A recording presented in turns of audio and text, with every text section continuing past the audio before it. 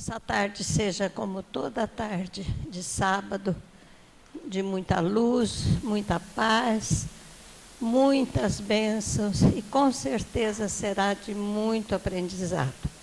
Antes de nós nos prepararmos para a tarde de hoje e falarmos sobre o Márcio, eu gostaria de lembrá-los dos avisos que nós estamos dando. O primeiro aviso é a respeito da eleição para a diretoria executiva e departamento de conselho fiscal e conselho fiscal. A inscrição, para quem se interessar, a inscrição começa segunda-feira, agora dia 7, e termina dia 5 de maio. Quem se interessar tem afixado no quadro as necessidades. O convite é para trabalhadores profitentes da nossa casa. Depois eu gostaria de lembrá-los o que eu tenho dito sobre o uso de celular. Se puderem evitar, a gente agradece muito.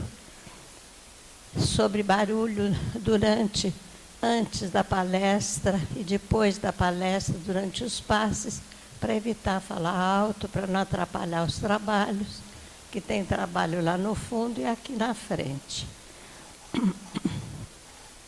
Sobre as faltas dos tratados.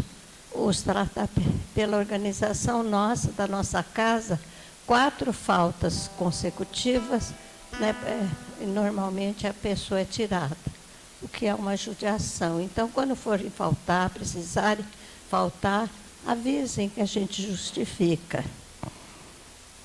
Bom, e a eleição que eu já falei. Vamos, então, nos preparar. O Emílio vai nos trazer a música, que ele mesmo vai anunciar. Depois, o Romero vai falar a poesia, a Sônia a prece inicial. E a palestra está a cargo do Márcio, que vocês já conhecem, com certeza, mas falaremos dele depois. Que Jesus nos abençoe. Boa tarde. Essa música aqui, meu amigo Valdomiro pediu para cantar hoje aqui. Semana passada ele me pegou, hoje pediu também uma música semana que vem, se Deus quiser eu trago para vocês também, tá? Ouço Deus no murmúrio das águas dos rios. Ouço Deus no furor de ciclones bravios. Ouço Deus no cantar matinal dos pardais. Ouço Deus no lamento de pobres mortais.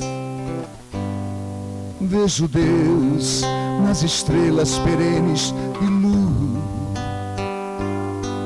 Vejo Deus no esplendor da alvorada traduz.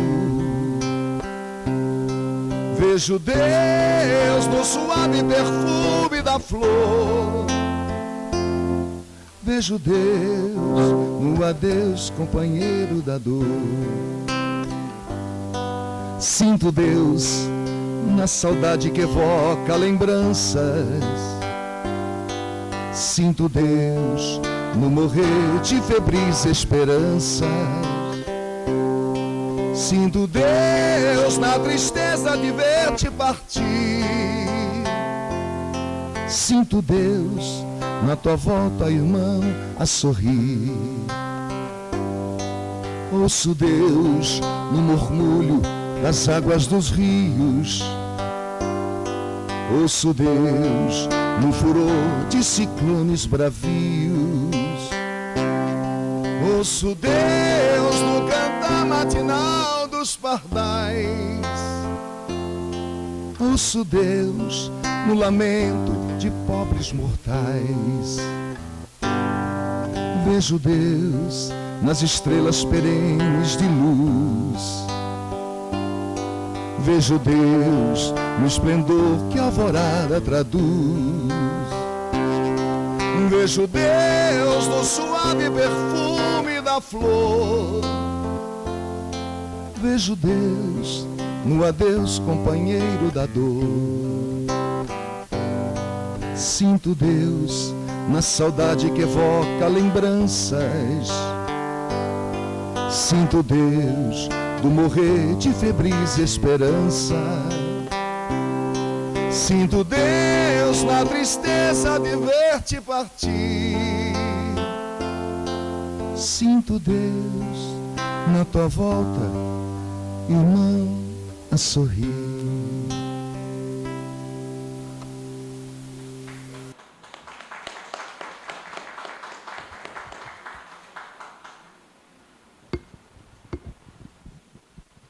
Companheiros espíritas, esse é o nome da poesia. O Tiberíades testemunhou quando o mestre convocou Simão Pedro, o pescador, para pescar almas aflitas, mostrando coisas benditas da vida eterna, bondade e amor. Nós também fomos chamados. Não podemos estar ignorados do trabalho da assistência, pois agindo com beneficência, curamos nossas chagas do passado. Companheiros espíritas, estamos todos numa longa jornada, filhos de Deus em evolução.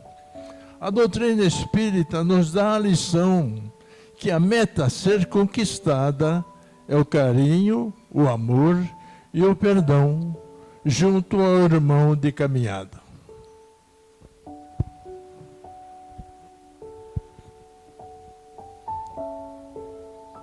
Envolvidos pela beleza da música e da poesia, vamos elevar nosso pensamento até Jesus e agradecer imensamente por mais essa oportunidade de estudo que estamos tendo hoje.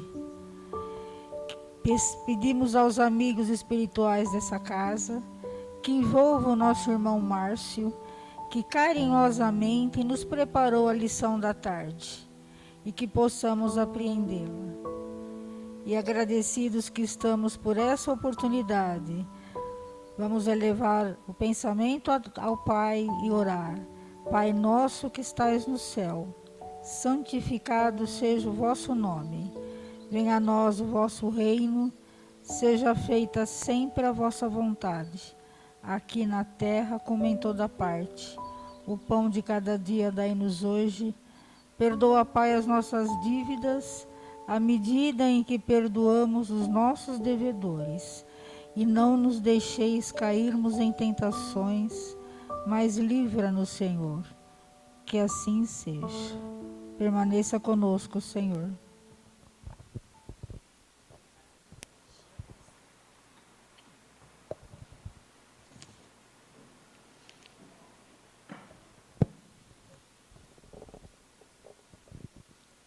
Márcio Roberto Silva Corrêa.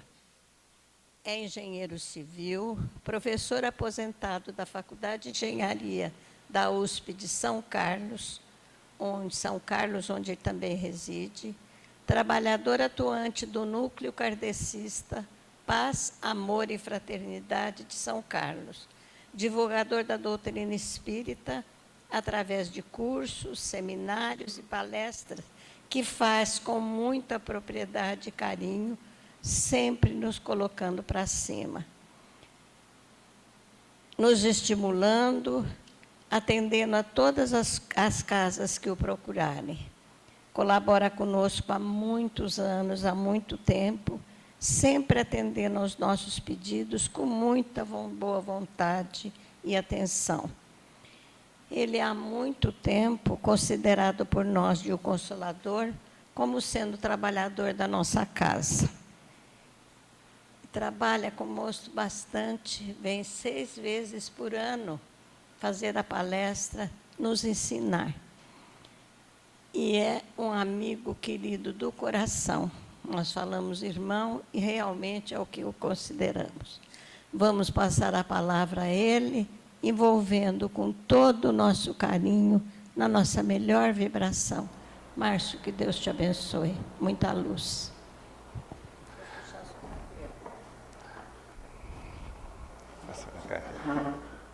Aqui dá.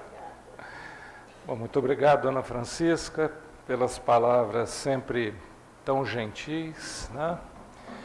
sentir-me parte desta casa, para mim, é motivo de muita satisfação. Vocês não sabem com que alegria eu passo aquela porta ali e entro dentro desse salão. Preciso confessar que é com alegria, mas também com muita saudade, né? Sentimos saudades daqueles companheiros nossos que já partiram e que continuam, sem dúvida, atuando na realidade 2, no plano espiritual. Hoje nós vamos tratar de um tema que é o tema sobre a verdade. Esse é um tema que preocupa ou interessa a humanidade desde todos os tempos.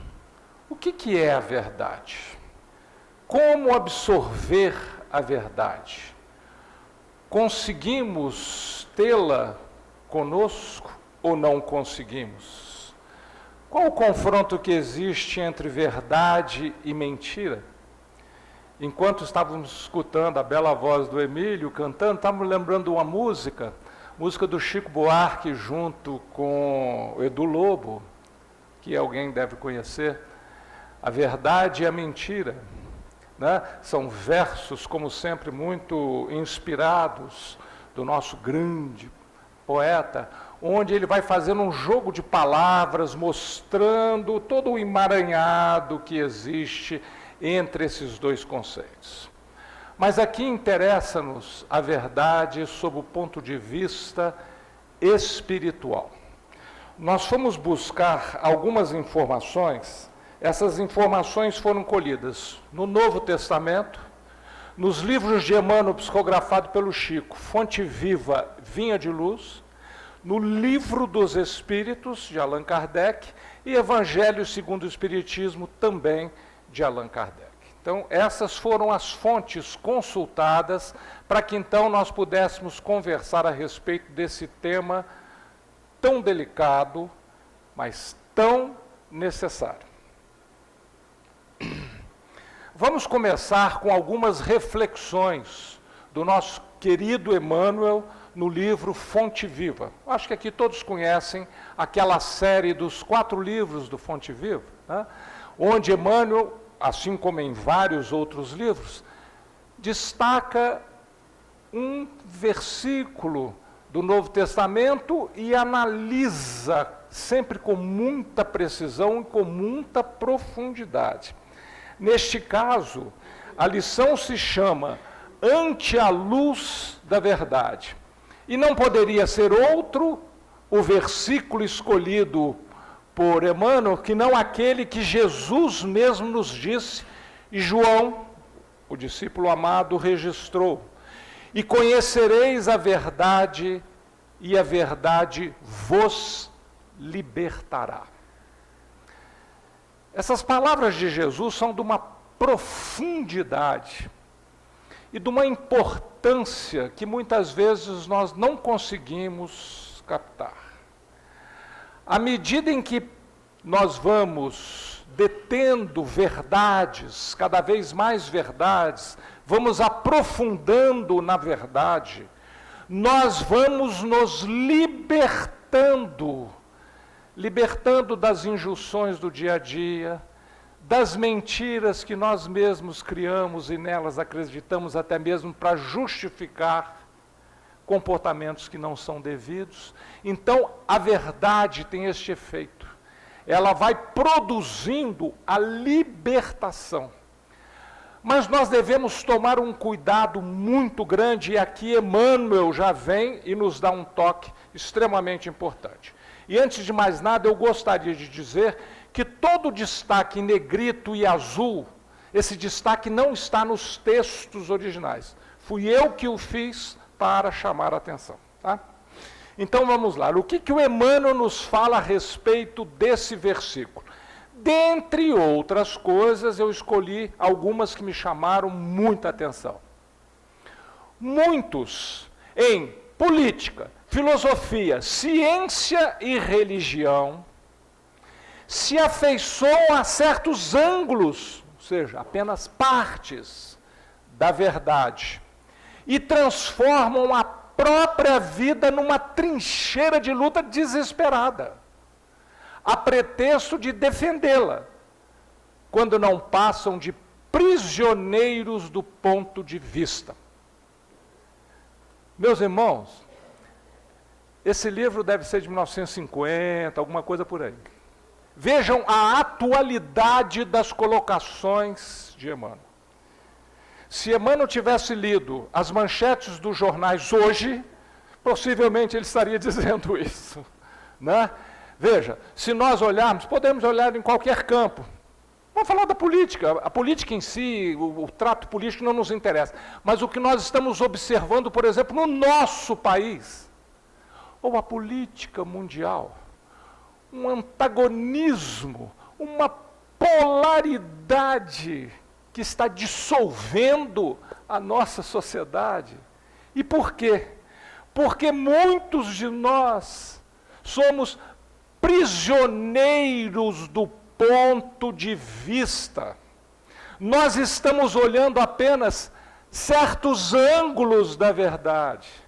Nós não estamos enxergando a verdade integral, ou da verdade integral aquilo que efetivamente interessa. Nos apaixonamos por uma parte da verdade, ou aquilo que entendemos como verdade, como às vezes nos apaixonamos por um time de futebol. Fazemos um castelo, uma coisa, um campo de batalha em cima daquilo, e nos digladiamos com os nossos semelhantes, tentando colocar acima de tudo, não a verdade, mas os nossos pontos de vista. Então, nós estamos numa situação em que nós nos aprisionamos por esses pontos de vista. Nós precisamos dissolver isso. Um grande amigo meu, espírita, professor da área de educação, certa vez me falou: Márcio, nós precisamos desaprender algumas coisas para que possamos aprender coisas novas. Isso é a mais pura verdade.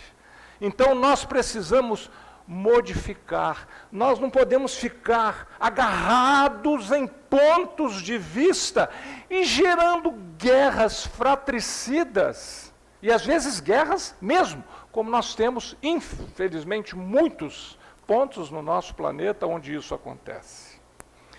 Emmanuel dá uma pista maravilhosa. Ele diz, olha, a verdade libertadora, não aquela que nos aprisiona.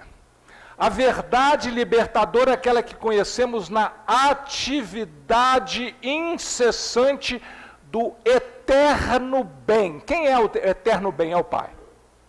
É Deus. Tá certo? Então veja, nós precisamos disso, da atividade incessante do e no eterno bem. É isso que nos liberta. O resto, ficar brigando por pontos de vista, isso divide, isso dissolve, isso desintegra comunidade, sociedade, desintegra famílias. Quem aqui que não viu familiares brigarem por causa de pontos de vista, por exemplo, por razões políticas, nos últimos tempos? Cansamos de ver essas experiências, infelizmente. Emmanuel fala mais. Quem apenas vislumbra a glória ofuscante da realidade, quem está ofuscado, fala muito e age menos. Quem, todavia, lhe penetra a grandeza indefinível, age mais e fala menos. Então a questão, meus irmãos, não é de discurso. O que nós precisamos é de ação. E ação onde? De atividade incessante no eterno bem. Nós não precisamos de brigas políticas, nós não precisamos de brigas filosóficas, brigas científicas. Eu venho do ambiente científico, trabalhei desde 1980 no ambiente científico com pesquisa. vi lutas terríveis de pontos de vista na ciência, onde a gente não esperaria acontecer isso. Isso acontece em todos os locais, infelizmente, em todos os locais da atividade humana. Porque nós estamos ainda prisioneiros do ponto de vista, ainda não absorvemos essa verdade libertadora. O que nos liberta é fazer o bem. Portanto, saber o que é o bem e como ele se movimenta, isto provavelmente é a nossa maior necessidade. Mas vamos avançar um pouquinho. Evangelho segundo o Espiritismo, capítulo 15. Kardec faz uma análise de 3 frases. Fora da verdade, a salvação. Fora da igreja, a salvação, qualquer que seja a igreja. E aí Kardec tira uma conclusão importantíssima, que é aquilo que nos interessa no Espiritismo. Veja, podemos dizer que fora da verdade não há salvação? Mas peraí. O âmbito dos conhecimentos incessantemente se alarga. Todos os dias nós retificamos ideias. Então vamos pensar o seguinte, sob o ponto de vista das verdades científicas, daquilo que a ciência já mostrou, cada hora muda. Isso significa que nós não nos apropriamos ainda da verdade absoluta sob o ponto de vista científico. Em tempos lá muito antigos, imaginava-se que a Terra era o centro do universo. Quando Copérnico mostrou que não era assim, e Galileu provou que não era, ele quase foi para a fogueira. Mas ele mostrou que não era assim, que a Terra se movia em torno do Sol. Todas as verdades da ciência são provisórias. Elas vão melhorando, elas vão se alargando. Vamos olhar, por exemplo, a tabela periódica dos elementos, que aqueles que passaram pelos antigos cursos científicos, hoje é colegial, etc., sem dúvida nas aulas de química viram. Quantos elementos tinham quando a gente fez? Certamente um número menor do que tem hoje. Cada hora é um elemento novo que é descoberto, é uma outra forma de entender a interação entre os elementos, de entender a estrutura atômica. Tudo isto se modifica. Então, nós podemos dizer que nós conhecemos a verdade absoluta? Em hipótese alguma. Como nos lembra muito bem Kardec, a verdade absoluta é patrimônio unicamente de espíritos da categoria mais elevada, ou seja, arcanjos. Como o livro dos Espíritos nos ensinou, do átomo ao arcanjo que passou pelo átomo, tudo se encadeia no universo. Quando, lá na frente, daqui a não sabemos quantos milhões de anos, chegarmos à condição de arcanjos, aí sim, nós vamos deter o patrimônio da verdade absoluta.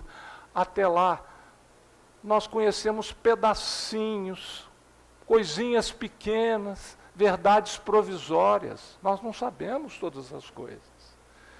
E diz ainda Kardec, e a humanidade terrena não poderia pretender possuí-la. Vamos pensar no campo científico. Os maiores cientistas que passaram aqui pela Terra, e alguns foram absolutamente brilhantes, mesmo no setor de atividades onde eles atuaram, eles não detiveram a verdade absoluta. Tudo mudou. Isaac Newton mostrou leis da mecânica que o pessoal pensou lá no século XVIII. Agora está tudo resolvido, 18, 17. Está tudo resolvido. Aí o Einstein veio, virou tudo de cabeça para baixo. Tudo. Tá certo? Então, é tudo provisório. Na verdade, nós deveríamos pensar como Sócrates, o grande filósofo, ao dizer: a única coisa que eu verdadeiramente sei é que eu nada sei. E quanto mais a gente estuda, mais noção a gente tem do quanto a gente ignora das coisas. Do tamanho da nossa própria ignorância. O Espiritismo não diz, nem fora da verdade a salvação, nem fora do Espiritismo ou qualquer outra concepção filosófica religiosa, não há salvação. O Espiritismo faz uma colocação completamente diferente e acessível a qualquer um, em qualquer estágio evolutivo. Fora da caridade não há salvação. Fora de uma determinada religião, e aqueles que não conheceram aquela religião? Então esses estão no vinagre. Ou, fora da verdade não há salvação? Quem é que detém toda a verdade? Ninguém, então está todo mundo perdido. Não, mas fora da caridade não há salvação. Aí sim. Porque a caridade é o amor em trânsito.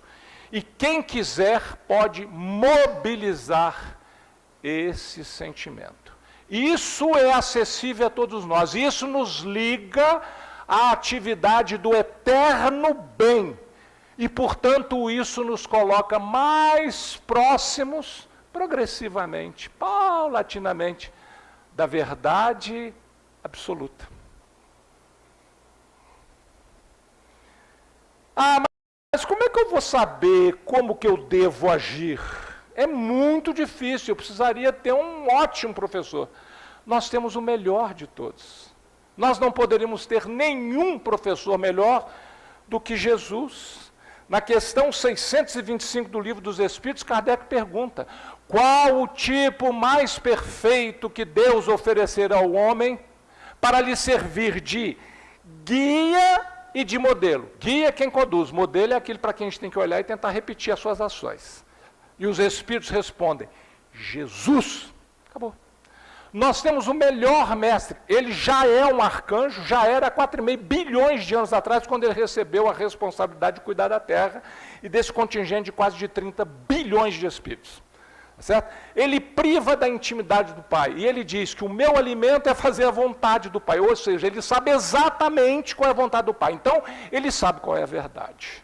Então nós temos, não é um bom professor, nós temos o melhor dos professores que se poderia achar no universo. Então é nele, para ele que nós temos que apontar a nossa atenção para absorver as coisas que constituem a nossa necessidade, para o nosso crescimento, para nós nos aproximarmos da verdade. Novo Testamento, mais uma vez João, só que agora no capítulo 14. O que Jesus fala? Eu sou o caminho, a verdade e a vida. Nós precisamos andar na nossa jornada evolutiva. Por que caminho eu vou? Por Jesus. Ah, eu preciso saber o que é verdade, o que é mentira. O que é verdade? Olha para quem? Para Jesus. Ele é a verdade. Mas mais do que isso, ele é a vida. Eu quero sair dessa coisa meio confusa em que eu estou. Eu quero entrar na vida verdadeira. Eu quero entrar na vida plena. Como que eu faço isso? É com Jesus. Ele é caminho, verdade e vida. E ele ainda ensina, olha, ninguém vai ao Pai senão por mim. Ah, mas isso não parece um pouco de arrogância? Não. O que ele está dizendo é o seguinte: se vocês seguirem por aqui, vocês vão lá, porque foi assim que eu fui. Ele está contando para a gente o caminho das pedras. Olha, pisa aqui que vocês chegam lá. Se me conheceis, conhecereis também a meu Pai. Ele não disse, eu e o Pai somos um? Então, conhecido Cristo, nós estamos conhecendo o Pai de todos nós. Desde agora conheceis e o contemplais. Então nós podemos nos aproximar do Pai através do Filho. Isso é absolutamente necessário, isso é prático, né? Isso é oportuno. Reflexões de Emmanuel no livro Fonte Viva, sobre eu sou o caminho, a verdade e a vida. Veja o que Emmanuel nos fala. No reino individual, aquilo que nós estamos vivendo aqui, Jesus é a verdade sublime e reveladora. O que é verdade para nós? Busquem Jesus que a gente acha. À medida que se vai desvencilhando das atrações da mentira, porque a mentira é atraente. Falar mentira, ver os resultados é gostoso, né? A gente consegue manipular, só que a gente é muito mais manipulado do que manipula. A gente não percebe isso, tá certo?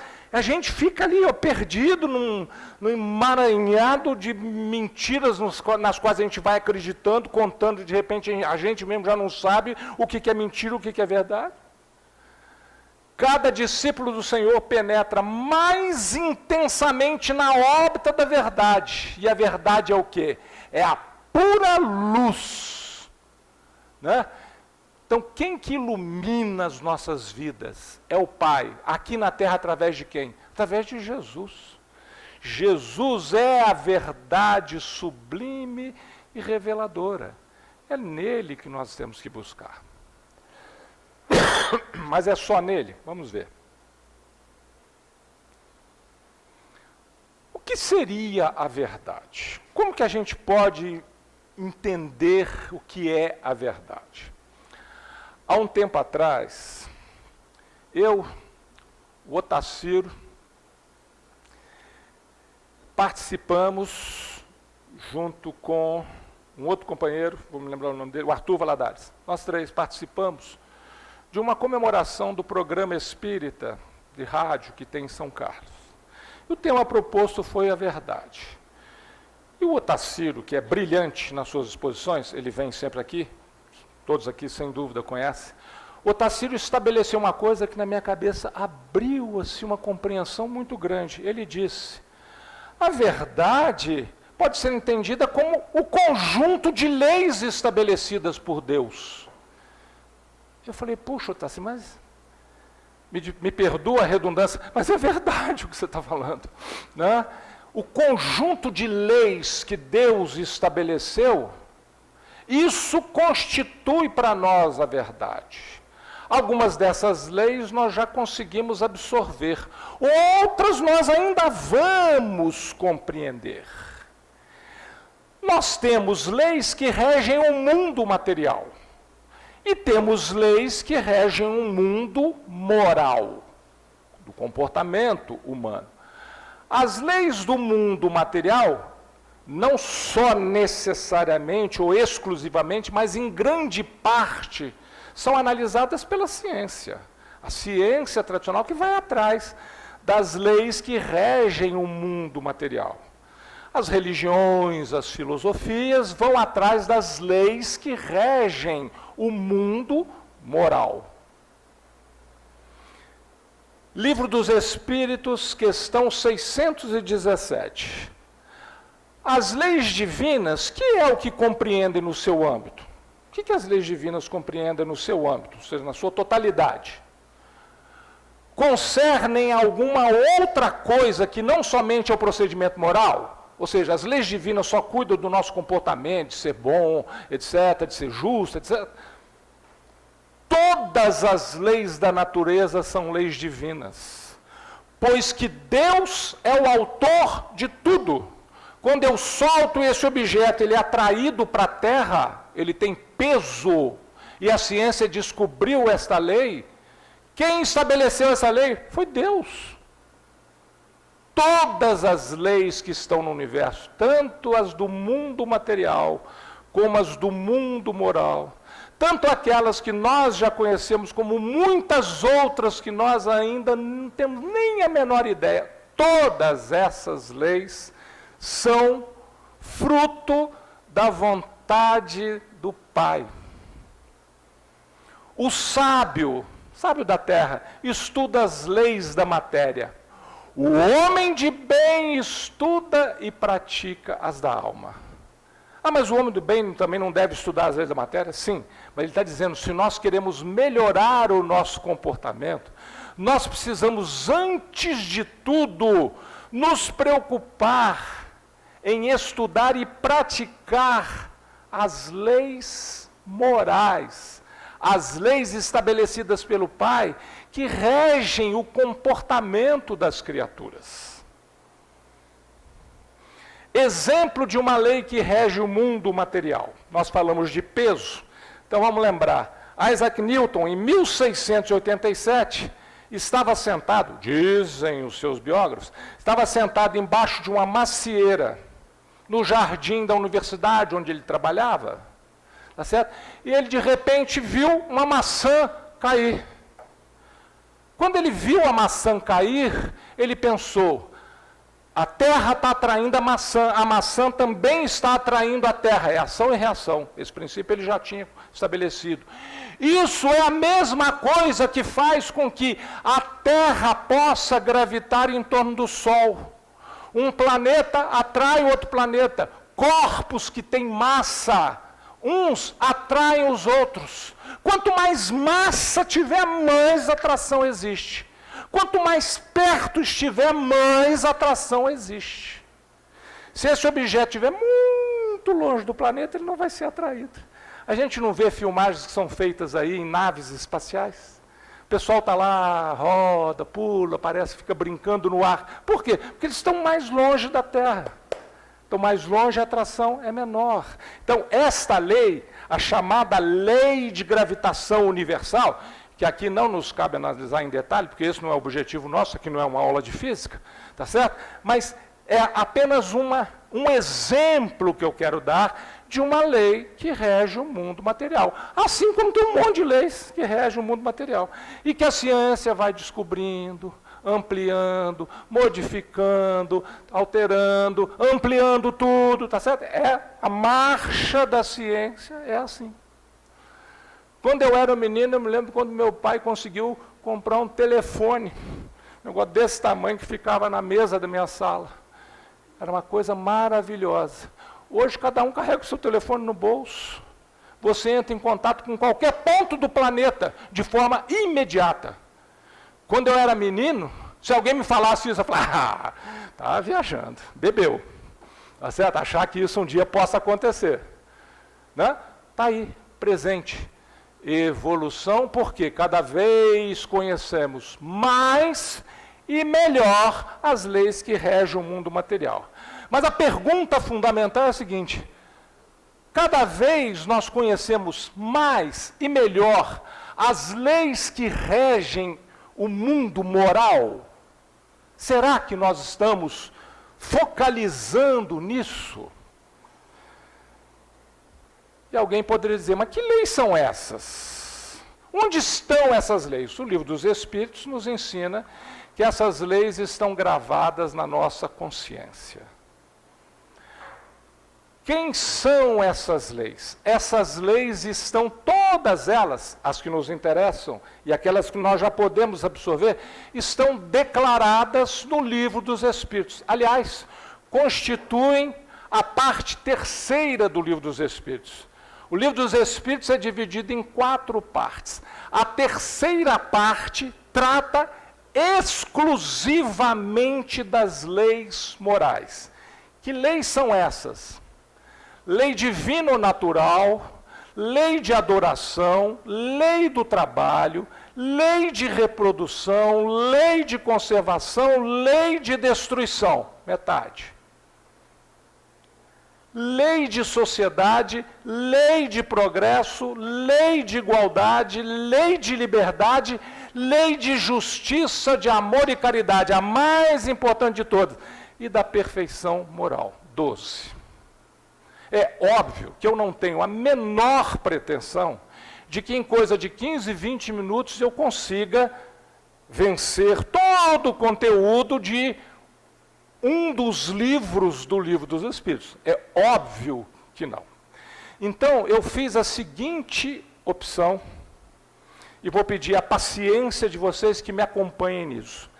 De cada uma dessas leis, eu peguei uma ou 2 perguntinhas, só para a gente fixá-las na cabeça. E para que todo mundo depois fique com vontade de estudar o Livro dos Espíritos.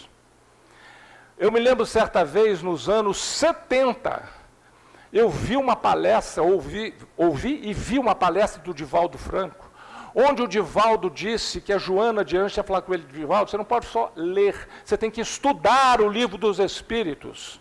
Naquela época, ele falou que já tinha estudado 14 vezes. Estou falando isso nos anos 70. Nós estamos nos anos 2020, eu não sei quantas vezes o Divaldo deve ter estudado, muitas.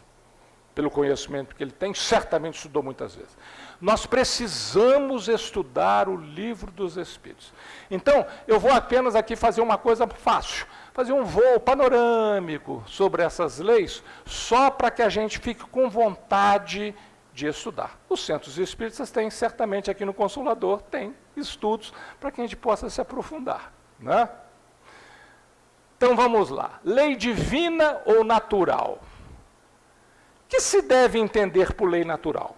Que história é essa de lei natural? A lei natural é a lei de Deus, dizem os Espíritos, de uma forma sintética, né? É a única verdadeira para a felicidade do homem. Então, conhecer as leis, todas elas, as que regem o mundo material, que regem o mundo moral, nós precisamos conhecer essas leis para que possamos ser felizes. Se eu chego à beira do precipício e me deixo cair, eu vou ser muito infeliz, porque eu vou me esborrachar lá embaixo. Então eu conheço uma lei, a lei do peso, que eu sou atraído pelo planeta. Opa, é ótimo que eu conheça, então eu chego lá, não chego muito perto. Eu vou me precaver, né? Então, conhecer as leis garante a nossa felicidade.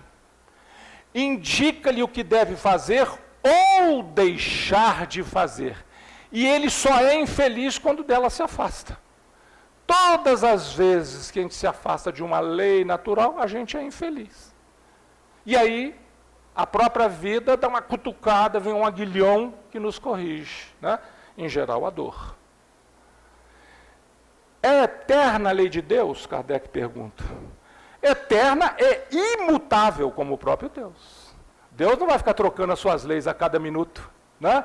Ele é perfeito. Então, quando ele estabelece leis, essas leis já são perfeitas. Se elas são perfeitas, não tem por que mudar. Tá certo? Lei de adoração. Em que consiste a adoração? Na elevação do pensamento a Deus. Deste, pela adoração, aproxima o homem sua alma. Eu me lembro, acho que já contei isso aqui. Meu pai teve uma vida longa, viveu 99 bons anos. Eu e meu irmão já estávamos preparando a festa dos 100 anos quando ele teve um AVC e desencarnou. Todas as vezes que eu tinha a possibilidade de ir lá na minha cidade, que é Juiz de Fora, em Minas Gerais, e encontrá-lo, era uma alegria, uma satisfação abraçá-lo, conversar com ele, beijá-lo, era uma coisa maravilhosa.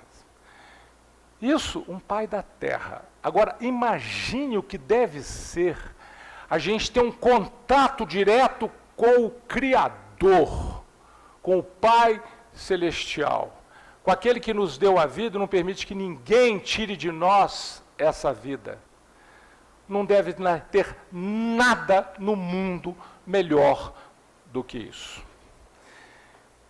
Então, nós não podemos desprezar esta possibilidade de elevarmos o nosso pensamento, de melhorarmos a qualidade do nosso pensamento, nos desvestirmos das injunções do dia a dia e buscarmos o contato com a fonte de amor, sabedoria, justiça, misericórdia, que é o Pai.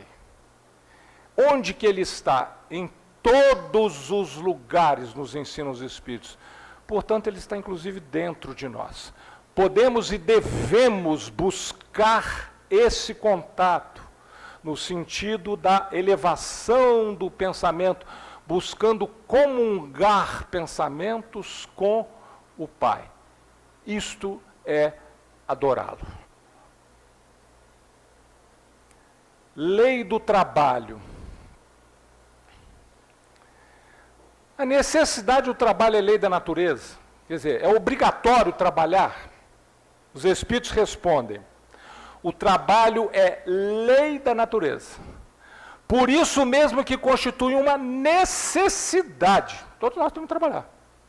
E a civilização obriga o homem a trabalhar mais, porque ele aumenta as necessidades e os gozos. Cada vez a gente quer mais uma coisinha, tá certo? Se você gosta de ler, você lê esse livro, agora eu quero comprar aquele outro, que parece que é melhor ainda, não sei o quê. Mas para adquirir, você tem que fazer o quê? Tem que trabalhar. Tá certo? Então, o trabalho vai gerando necessidades e também os gozos, as satisfações que nós temos ao longo da vida. O trabalho vai gerando isso.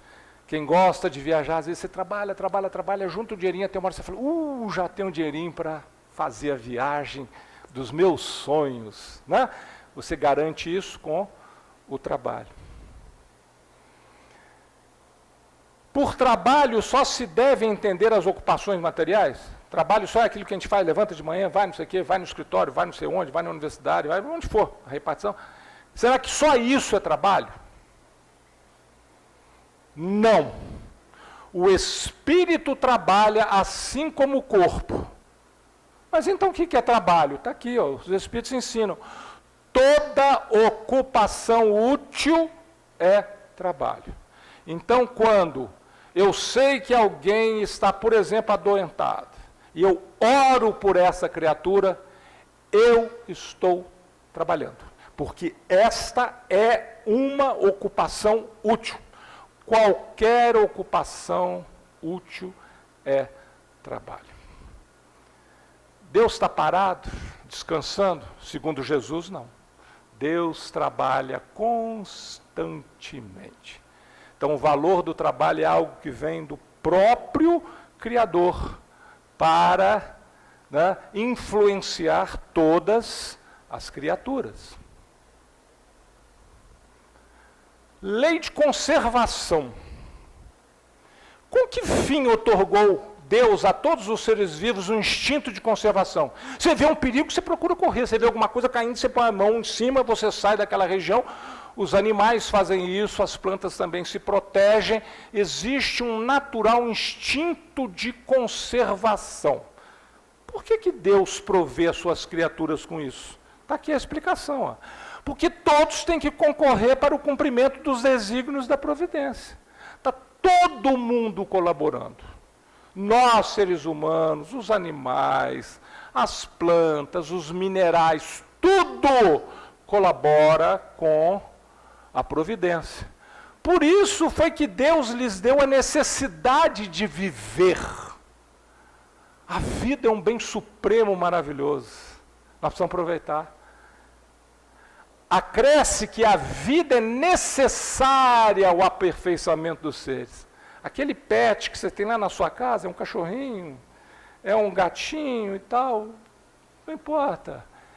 Ele está crescendo, ele está se desenvolvendo, ele tem necessidade de viver. O princípio espiritual está em desenvolvendo. De onde eu vim, para onde eu for. Pega, por exemplo, o livro do Zé Moacir, um belíssimo livro, acabei de ler esses dias. Vou até encontrar com ele quando ele chegar aqui e falar isso para ele. Um livro simples, necessário, certo? Que mostra a evolução do princípio inteligente, lá do início, até chegar à condição de ser humano e depois atingir a angelitude. Né? Então nós, seres humanos, não só os humanos, nós precisamos da vida para nos aperfeiçoarmos. Eles, todos os seres, o sentem instintivamente, sem disso se perceberem. A gente cuida de manter a vida, a gente nem, às vezes não sabe nem porquê, mas a gente quer manter, a gente segura a barra, né? Nas situações mais difíceis, etc. Por quê? Porque nós somos providos por essa lei, ou nós somos regulados por essa lei de conservação. Lei de destruição, também tem lei de destruição. É lei da natureza da destruição. Alguns planetas somem, depois aparecem outros, tá certo? Algumas coisas que nós observamos deixam de existir. Os nossos corpos vão se desintegrar. Essas moléculas, etc., vão daqui a pouco fazer parte de outros organismos. Né? A destruição é uma lei também. É lei da natureza da destruição? Os espíritos respondem: preciso é que tudo se destrua para renascer e se regenerar. Então veja, a lógica sempre é regeneração, progresso, evolução. Por quê? O que chamais destruição não passa de uma transformação, que tem por fim a renovação e a melhoria dos seres vivos. Estamos vendo o aquecimento global gerando chuvas cada vez mais intensas, gente morrendo de calor, estamos vendo mais terremotos, mais tudo, e isso vai provocando destruição. Isso está tudo submetido a leis. Essas leis são sábias. Todos nós estamos submetidos a essas leis. E estamos ao sabor delas, aproveitando as oportunidades todas que nós temos para quê? Para progredir. E quanto mais eu entender essas leis, melhor para mim. Eu vou ser mais feliz, conforme nos ensinou o livro dos Espíritos. Lei de sociedade. A vida social está na natureza? Ou é razoável falar assim, não, não quero contato com ninguém, vou viver enfurnado lá numa caverna, sozinho e pronto. Certamente, Deus fez o homem para viver em sociedade. Não lhe deu inutilmente a palavra e todas as outras faculdades necessárias à vida de relação. Nós temos boca, nós temos ouvidos, nós temos tato, nós temos... Para quê? Para a gente só curtir os sonzinhos e as coisas lá que estão na caverna? Não. Para nós vivermos em sociedade. Aliás, dizem, né, tem um ditado popular que fala que nós temos 2 ouvidos e uma boca, talvez, para escutar mais do que falar. Né? Então a gente precisa aprender a escutar mais as pessoas. Aí Kardec é incisivo na pergunta quanto ao insulamento absoluto, a pessoa ficar totalmente confinada. É contrário à lei da natureza o insulamento absoluto? Resposta dos espíritos superiores, os mestres escolhidos por Jesus para trazer essas informações e renovar o pensamento do planeta. Sem dúvida é contrário, pois que por instinto os homens buscam a sociedade e todos devem concorrer para o progresso. Como? Auxiliando-se mutuamente. Não foi Jesus que nos ensinou que aquele que quiser ser o maior, que seja o servo de todos? Para você servir alguém, uma necessidade está colocada, um convívio social se estabelece, nesse convívio você ajuda o outro. Né? Então a lei de sociedade é algo absolutamente natural. Lei de progresso. A força para progredir áurea o homem em si mesmo, ou o progresso é apenas fruto de um ensinamento? Nós só estamos progredindo porque nós escutamos os nossos mestres, os nossos pais, etc. É desse jeito que a gente está progredindo. É isso que produz o progresso. O homem se desenvolve por si mesmo, naturalmente. É lei. Essa lei é uma lei natural, uma lei de Deus. O progresso é o que nos empurra para frente. Dá-se então, mas nem todos progridem simultaneamente do mesmo modo. Eu, às vezes, posso sentar à beira do caminho e ficar ali parado, vendo o progresso seguir. Vai chegar uma hora que eu vou ficar muito incomodado com isso, eu falo, opa, eu vou caminhar também. Certo? Eu posso dar uma parada.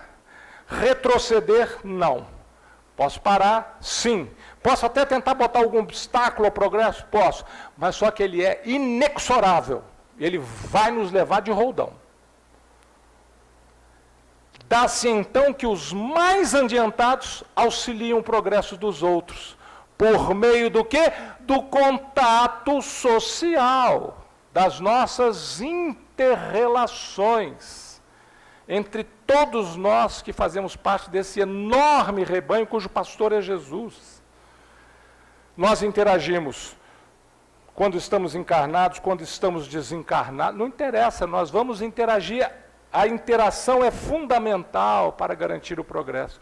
Como é que a gente absorve os ensinamentos no contato com os nossos pais e irmãos mais velhos, amigos, professores, etc. Isso é contato social. Lei de igualdade. Perante Deus, são iguais todos os homens? Para Deus, todo mundo é igual? Ou tem alguns que ele fala, esse aqui é melhorzinho, aquele é especial. Será que tem isso? Sim. Todos tendem para o mesmo fim. E Deus fez suas leis para todos. Dizeis frequentemente, o sol, luz para todos, e enunciais assim uma verdade maior e mais geral do que pensais. Aliás, Jesus no Sermão da Montanha nos falou, o sol nasce para justos e injustos, a chuva vem sobre bons e maus. Sede perfeitos, como é perfeito é o Pai Celestial. Esse é o ensinamento de Jesus. Ou seja, está todo mundo no mesmo barco, gente. Somos todos iguais. Uns avançaram um pouquinho mais, outros avançaram um pouco menos, mas somos todos iguais. E todos teremos o mesmo fim. Que fim é esse? Na condição de arcanjo, comunhão indescritível com Deus. Todos os homens estão submetidos às mesmas leis da natureza. Veja que bacana isso aqui, comentário de Kardec logo depois da resposta do Espírito Verdade. Todos nascem igualmente fracos, acham-se sujeitos às mesmas dores, e o corpo do rico se destrói como o do pobre. Ricos e pobres morrem, felizes e infelizes morrem. Todo mundo igual. Deus a nenhum homem concedeu superioridade natural. O pessoal da nobreza que dizia ter sangue azul, ao se tirar alguma coisa das suas veias ou artérias, vai perceber que é vermelho como de todo mundo. Deus a nenhum homem concedeu superioridade natural, nem pelo nascimento. Não, eu sou de uma família diferente aqui, você não sabe a tradição da minha família aqui em Araraquara. Isso não existe, gente. Bobagem.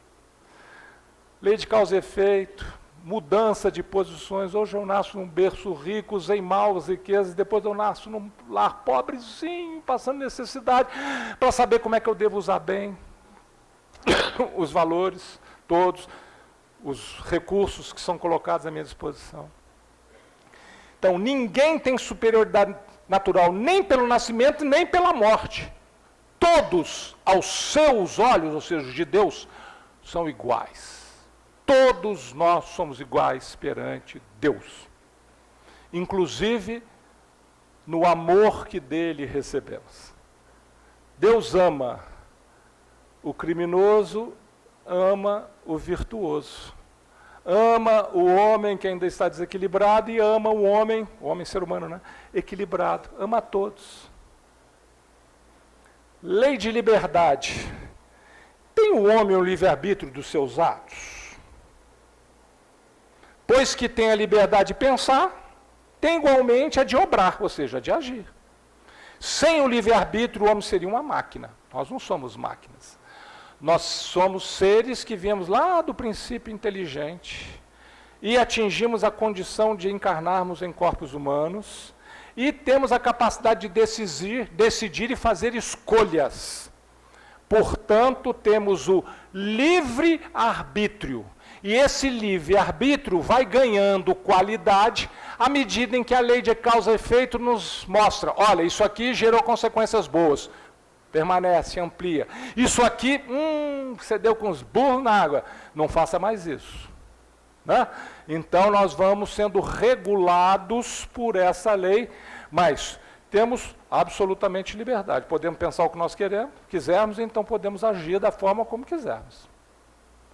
E a mais importante de todas as leis, a lei de justiça, de amor e de caridade. Essa é a mais importante, porque envolve a caridade. E nós vimos que é possível viver fora da verdade, é possível viver fora dessa ou daquela religião. Porém, fora da caridade não tem salvação. Então, esta lei, ao meu pobre juízo, é a mais importante. Como se pode definir a justiça? O que é justiça? Depois a gente pensa no amor e na caridade.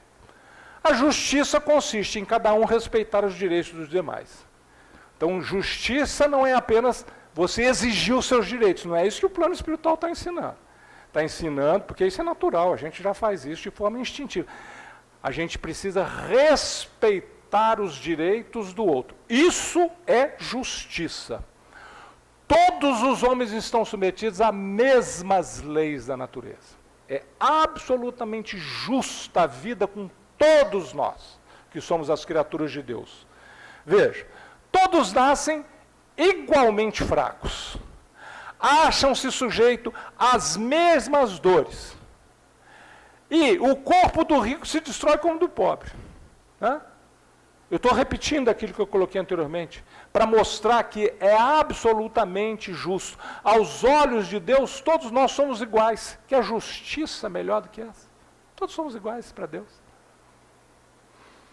Bom, mas vejam, meus irmãos, como a caridade é o que nos salva, neste capítulo tem uma pergunta que me chama muito a atenção, que eu considero uma das mais importantes do Livro dos Espíritos. 3 perguntas para mim não saem da minha cabeça. A primeira, o que é Deus? A 625 nós vimos lá quem é o guia e modelo que Deus nos ofereceu, que é Jesus, e essa. Caridade é o que nos salva. Jesus é o nosso guia. Então eu quero saber como é que Jesus entendia a caridade. Mas essa pergunta é feita por Kardec. Questão 886. Qual o verdadeiro sentido da palavra caridade? Como a entendia Jesus? Isso aqui, gente, é o ouro espiritual puro. É um ensinamento precioso demais. Os Espíritos respondem: benevolência para com todos, indulgência para as imperfeições dos outros, perdão das ofensas. Eu estava falando num centro em São Carlos, Batuíra. Ao falar nisso, um companheiro Washington falou assim: é o bip, Márcio. Eu falei: nossa, será que eu esqueci o celular ligado? Ele falou: não, Márcio, é o bip.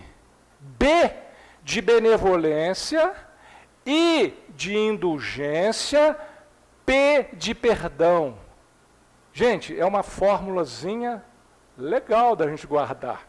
Parece aquelas dicas de professor de cursinho, não parece? Olha, a palavrinha tal, para você guardar tal conceito. Benevolência para com todos, indulgência para as imperfeições dos outros e perdão das ofensas. Qualquer uma dessas coisas que nós estivermos fazendo, estamos sendo caridosos. Ou seja, qualquer uma dessas coisas que estivermos fazendo, estaremos nos salvando. E se estivermos nos salvando, estaremos cada vez mais felizes, mais próximos de Deus. Para encerrarmos, um pensamento do Mahatma Gandhi, já trouxe aqui recentemente, mas resolvi repetir porque eu gosto tanto, vocês me perdoem pela repetição. Mahatma, que significa grande alma, né? Mahatma Gandhi ensinou o seguinte: a verdade é dura como o diamante e delicada como a flor do pessegueiro. Está aqui, ó, a flor do pessegueiro. Então veja, vamos no pensamento do grande Gandhi. Nós podemos olhar para a verdade de uma forma dura ou podemos buscar a delicadeza da flor do pessegueiro. Como entender isso? Armed, psicografado pelo Francisco do Espírito Santo, nos dá a dica. Ele diz: a análise superficial dos conceitos filosóficos pode nos levar à dureza do diamante. Eu quero a verdade, eu quero não sei o quê, o que são as escolas filosóficas mostraram a verdade absoluta. Nós ainda não conseguimos isso. Mas o que nós podemos fazer? Isso sim. Quem se deixar levar pela intuição da alma, ou do coração, ele poderia ter dito, gozará da verdade divina, porque o Pai está em todo lugar, então está dentro de nós, então Ele está nos nossos corações. percebendo as nuances sutis e delicadas da flor do pessegueiro. Por mais seja um tesouro diamante, pelos valores que um diamante perfeito tenha, sinceramente, meus irmãos, nós precisamos da flor do pessegueiro. Nós precisamos da delicadeza, nós precisamos da intuição, nós precisamos dos envolvimentos da alma. Quem nos fala diretamente à alma, ao coração? É Jesus, o nosso mestre. E é nele que nós buscamos esta verdade, porque ele nos disse: eu sou o caminho, a verdade e a vida. Que ele nos abençoe a todos. Muito obrigado. Maravilha, Márcio. Deus te abençoe. Muito bom. Você se superou. Foi ótimo. Obrigada, viu? Deus te abençoe sempre. Querido mestre, mais uma tarde. Ao término desta parte do nosso trabalho, receba o nosso carinho e a nossa gratidão. Querido Jesus, abençoe cada um de nós que aqui está, abençoando nossos lares, nossos entes queridos, nossas famílias, abençoando esta casa que nos acolhe, mas abençoando com todo o seu amor o nosso Márcio, um querido irmão que sempre nos traz lições mais do que preciosas, diamantes. Agradecemos imensamente ao Márcio, pedindo Jesus que o abençoe, que o envolva com a sua luz, com a sua paz, com a sua misericórdia, para que ele possa estar sempre conosco, nos ensinando, nos mostrando o caminho da verdade, o caminho de para seguirmos em frente as pegadas do Mestre. Gratidão ao Márcio. Que ele receba sempre o nosso carinho, o nosso amor por tudo que faz por nós. Querido Mestre, mais uma vez agradecemos os espíritos amigos que estão conosco, que trabalham conosco nesta tarde, e todos aqueles que trabalham conosco nesta casa de paz, de luz, nesta casa de ensinamento e de muito amor. Agradecemos a esses espíritos que nos trazem tudo isso. Agradecemos a você, Mestre, por tudo que nos dá, pelo seu Evangelho, pela sua paciência para conosco, pelos seus ensinamentos preciosos, através do seu Evangelho, um código de conduta para a nossa vida. Agradecemos muito, Mestre, e pedimos que continue a estar conosco sempre. Mas a quem mais agradecemos, com certeza, é a Deus misericordioso, que nos deu toda oportunidade de vida, oportunidade de aprendizado, a oportunidade de conhecer esta doutrina bendita, oportunidade desta casa que nos acolhe com tanto carinho e tudo mais que nem dá para declinar. Por isso agradecemos a Deus com muito amor, e a Ele gostaríamos de mostrar a nossa gratidão através da prece, e pedimos, Mestre, a você e aos irmãos que nos ajudam nesta tarde, que se unam a nós para elevar ao Pai a nossa prece de amor e gratidão, quando oramos com todo o nosso carinho. Pai nosso que estais no céu, santificado seja o vosso nome. Venha a nós o vosso reino, seja feita a vossa vontade, assim na terra como no céu. O pão nosso de cada dia nos dai hoje. Perdoai as nossas dívidas, assim como perdoarmos aos nossos devedores. E não nos deixeis cair em tentação, mas livrai-nos, Senhor, de todo o mal. Que assim seja. Querido amigo Jesus, se conosco, que possamos retornar aos nossos lares, lembrando da sua presença entre nós, agradecendo pelo aprendizado de hoje e pedimos, Mestre, ser conosco sempre, mas permita que possamos estar com você agora e sempre. Que assim seja.